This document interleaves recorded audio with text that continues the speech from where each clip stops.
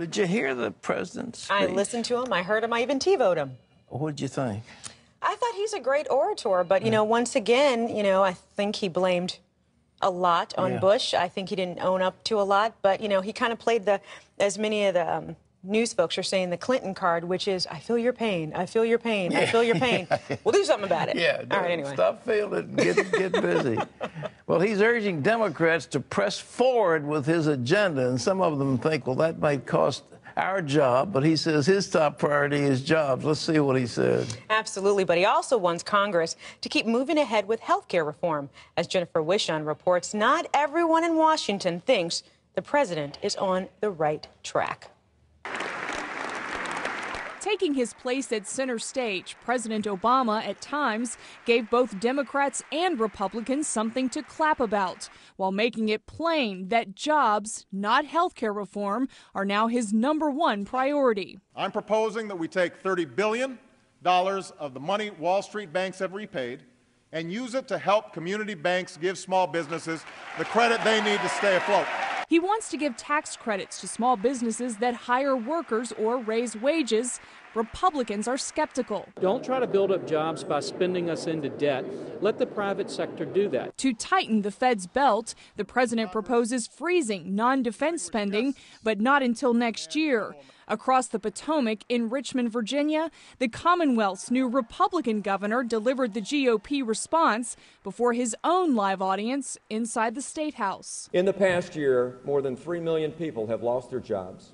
Yet the Democratic Congress continues deficit spending, adding to the bureaucracy, and increasing the national debt on our children and our grandchildren.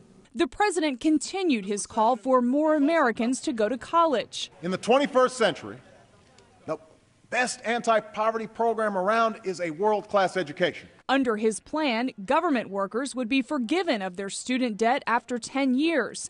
Others could wipe their hands of it after 20. If a person takes on a debt obligation, they should pay it off. The taxpayer shouldn't have to pay it off. The president delivered a gift to liberals by suggesting the military do away with its don't ask, don't tell policy for homosexuals. This eliminating the don't ask, don't tell is not about making our nation more secure.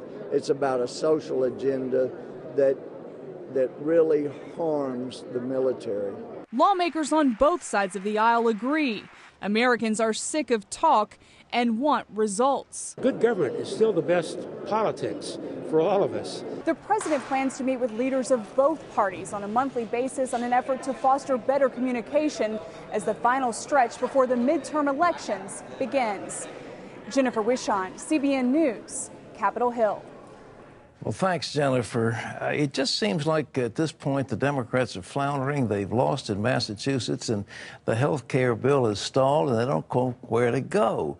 And what the president was saying was just more of the same. It's just a lot of talk, but what is he going to do? And some of them aren't agreeing with what he had to say, but instead of holding out an olive branch to the Republicans, he blasted them as the party of no. All you do is say no, and I don't know. He's having some serious trouble. He was young and inexperienced, and it shows.